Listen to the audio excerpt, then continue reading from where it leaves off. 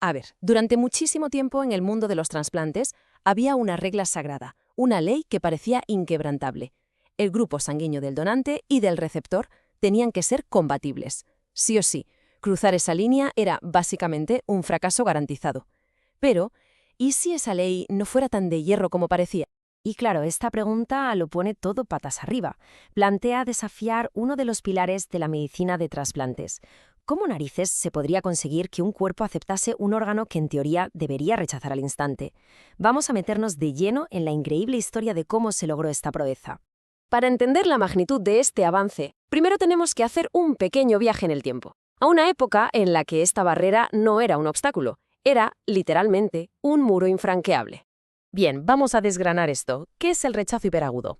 Pues imaginemos la escena. Un riñón del grupo A se trasplanta a una persona del grupo B.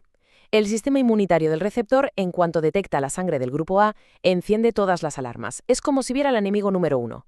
Se desata un ataque masivo, brutal, casi instantáneo. En cuestión de minutos o como mucho horas, el riñón nuevo queda completamente destrozado. Es una de las respuestas inmunitarias más bestias que existen. Por eso mismo, desde los años 50 hasta bien entrados los 70, la incompatibilidad de grupo sanguíneo era un no rotundo, ni se contemplaba.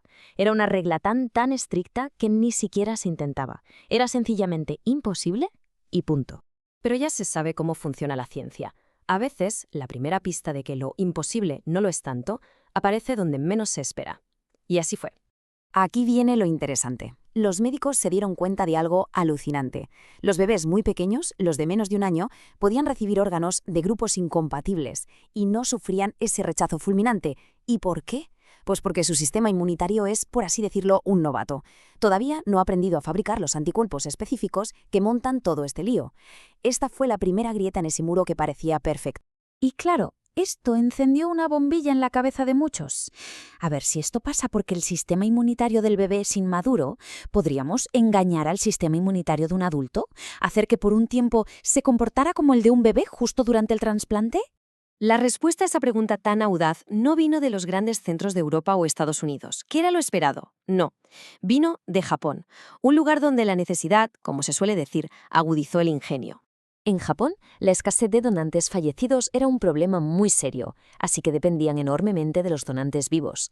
Para poder aprovechar más de esos donantes, en los años 90, los equipos médicos japoneses decidieron lanzarse a por la barrera ABO. Y su estrategia fue un ataque total.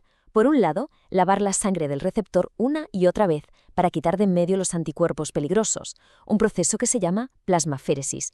Y por otro, usar un cóctel de fármacos potentísimos para dejar KO al sistema inmunitario. Y funcionó. Ojo, no siempre, y con sus riesgos, pero demostraron algo fundamental, que el éxito ya no era una chiripa, una casualidad como en los bebés. Ahora era una estrategia, algo que se podía planificar y ejecutar. La barrera se podía derribar si se preparaba bien el asalto. El método japonés fue un paso de gigante, pero era muy agresivo. Muchas veces, para asegurar el éxito, había que quitar el bazo, que es un órgano clave del sistema inmunitario. Hacía falta una herramienta más fina, un misil teledirigido en lugar de una bomba de racimo. Y ese misil llegó a principios de los 2000, el rituximab. Y aquí se ve el salto. Es que es brutal. Antes, la estrategia era la esplenectomía, cirugía mayor para quitar el bazo, invasivo y con sus riesgos. Y de repente aparece el rituximab, que no es cirugía, es un fármaco, un anticuerpo que actúa como un francotirador, busca las células B, que son las fábricas de anticuerpos, y se las carga.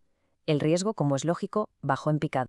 Así que el protocolo moderno se convirtió en una combinación de estrategias muy inteligente. Primero, semanas antes del trasplante, se administra rituximab para cerrar las fábricas. Después, justo antes de la operación, se usa la plasmaféresis para limpiar el almacén, o sea, los anticuerpos que ya están en la sangre. Durante y después se aplica la inmunosupresión habitual para que todo el sistema esté tranquilo. Y por supuesto se vigilan constantemente los niveles de anticuerpos para que no den ninguna sorpresa.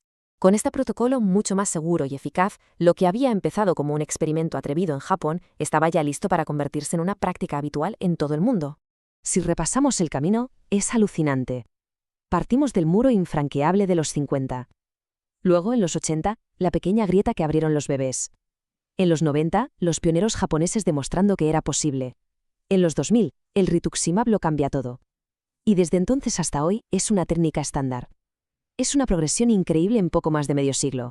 Pero aún hay un concepto más, una última pieza del puzzle que es fascinante y que explica el éxito a largo plazo: la acomodación.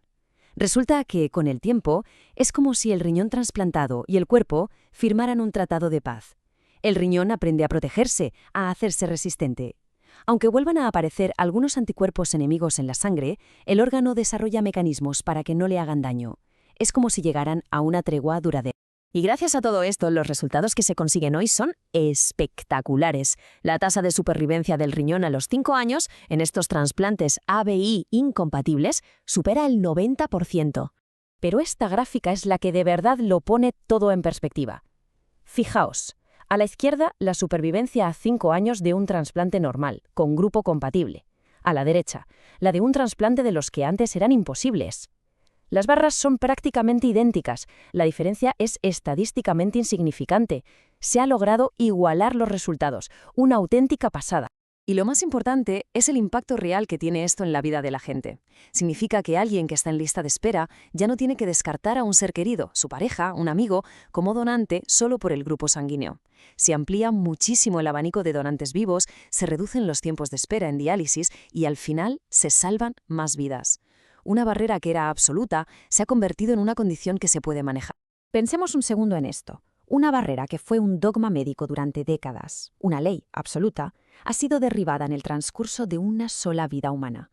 Y eso nos deja con una pregunta muy inspiradora.